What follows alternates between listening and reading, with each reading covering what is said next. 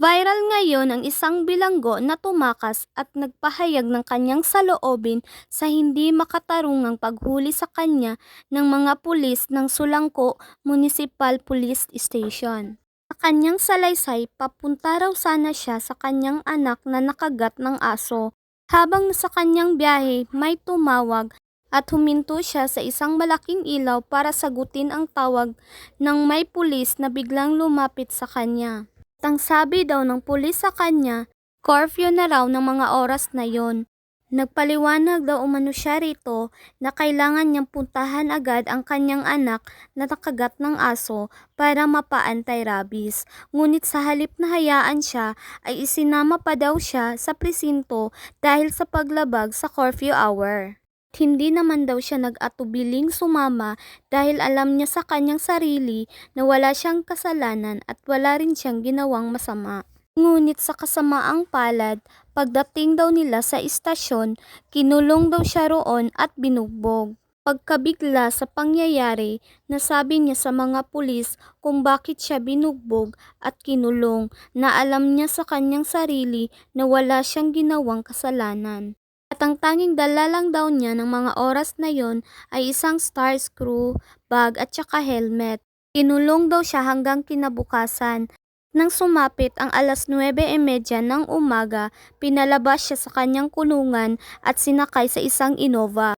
Kaposa siya at may 2 pulis na kasama at meron ding nakasunod sa kanila at dinala siya sa isang lugar na may tulay.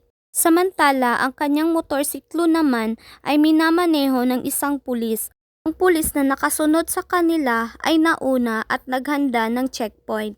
Ayon pa sa kanyang nakita, ng mga oras na yon may buy-bust operation daw ang mga pulis.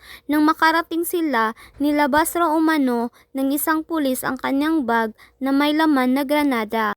Sinubukan pa raw umano huminto ng nagmamaneho ng sasakyan, ngunit marami daw taong nakatingin.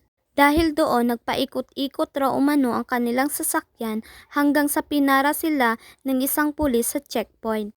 Natila hudyat raw umano ito sa kanilang masamang plano. Nang pinababa raw siya ng sasakyan, bigla daw siyang tinadyakan at napasubsob sa kanyang motorsiklo at pinatayo at kinuhanan pa ng litrato.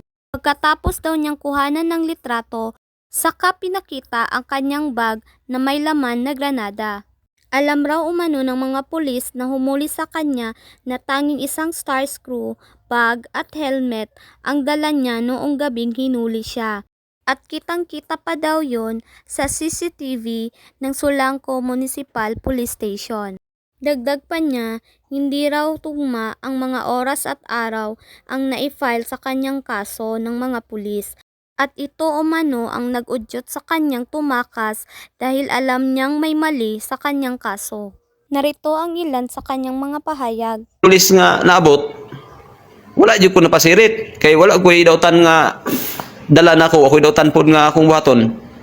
Nawag pa ko sa kong kuan, tumamas kong kalibin, pagtawag niyon din siya nga curfew ra baron, alas 2:50 ko sa kadlawon, nabot dito. Ako sir niya, curfew sir, diaram ko diri sa kuan sir, mo idawtan akong kuan mo, adto man ko sa ulayon kay magadto ko sa mga kay painjikan ako kan pakag iro. Akong kay silang mama akong babalon nga ang anak ng bahay dili na ako eskwelahon kay mo adto ko kurkita walay maghatod sa eskwelahan. Asya kuyog ta sa kuan istasyon kay kuan man curfew man guni motong ni kuyog ko nako sir kuyog ko sa istasyon sir. Wa mo koy sala pod, wa ko dalang dautan. Wa man poy mga dautan akong ipandala.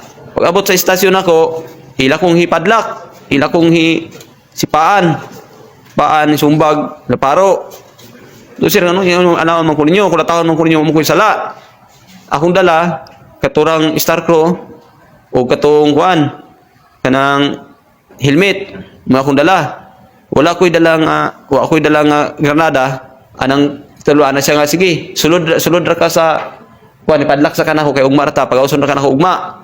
Buto pagkaugma alas 9:30 ila kong hikarga sa Innova, pagkarga sa Innova hidala ko dito sa atunay tulay sa tong lugar dito hidala ko nila. Yung nag-una ilang checkpoint, pag una silang checkpoint, ako nagsunod may nagkarga ko sa Innova, tulumi ka buhok, bakapan ko, ipusasan kong tinod nila. Yung akong motor, hidriban na ito isa ka pulis, hidala akong bag na itom, nga dahil sulod na nga Granada. Idala nila dito sa baybasan operasyon. Mutong nag-operasyon ni sila, tugbok nila ilang butangan nga sunboard. Pag sunboard, dito ang inuba. Niabanti ang inuba. Pagbalik sa inuba, daghan kay mga tao. Di, ni-return ang inuba, ni-return, balik. Wala pa, sislag tawag-tawag. Pero kumutor, hidala na sa pulis, sisakyan dito sa, dito sa dol sa ilang hitipinan. Ilan ang hisambay dito, iparking na nila. Mutong, ni-return sila, balik, balik.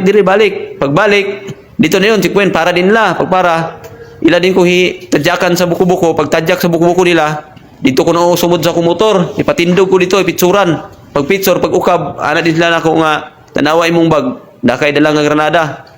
O sir, wala man ko dala ng Granada, sir. Kung gabi pagdakop na ko ninyo, wala man.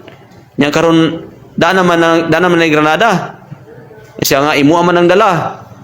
Gabi ko gabi, nga mo ko dala gabi Lastar kay na si Steven nyo sa sulod sa prison, ako dala. Ako nang bag, ako panghibuklad ninyo. Asa man yung gidapit nga police station, sir? Sa Pulangko. Pulangko Municipal Police Station. Oh. Okay. Anak ko nga, wa mo ko isala ko na sir, kung mo ko dala Granada, ang dala na ko Star Cloraman. O kanang helmet, wa mo ko dala Granada. Nakay dala nga bag. Da, kato hisudlan nila sa Granada. Okay. Unsay imo ang trabaho, sir? Maglitson og baboy, Asa gapita? diri sa Orkita. Okay. So katong hitabuang nga nadakpan ka is kadlawon. O, alas 2:50 kadlawon, ya ilang hipail na ko, alas 9:30 sa buntag, hibay bas operasyon ko niya. Adadakpan ko na alas 2:50 kadlawon. Ano ang masasabi nyo tungkol sa naging kaso ni Jerome Postillo? For more videos, please like, share, and follow. Thank you!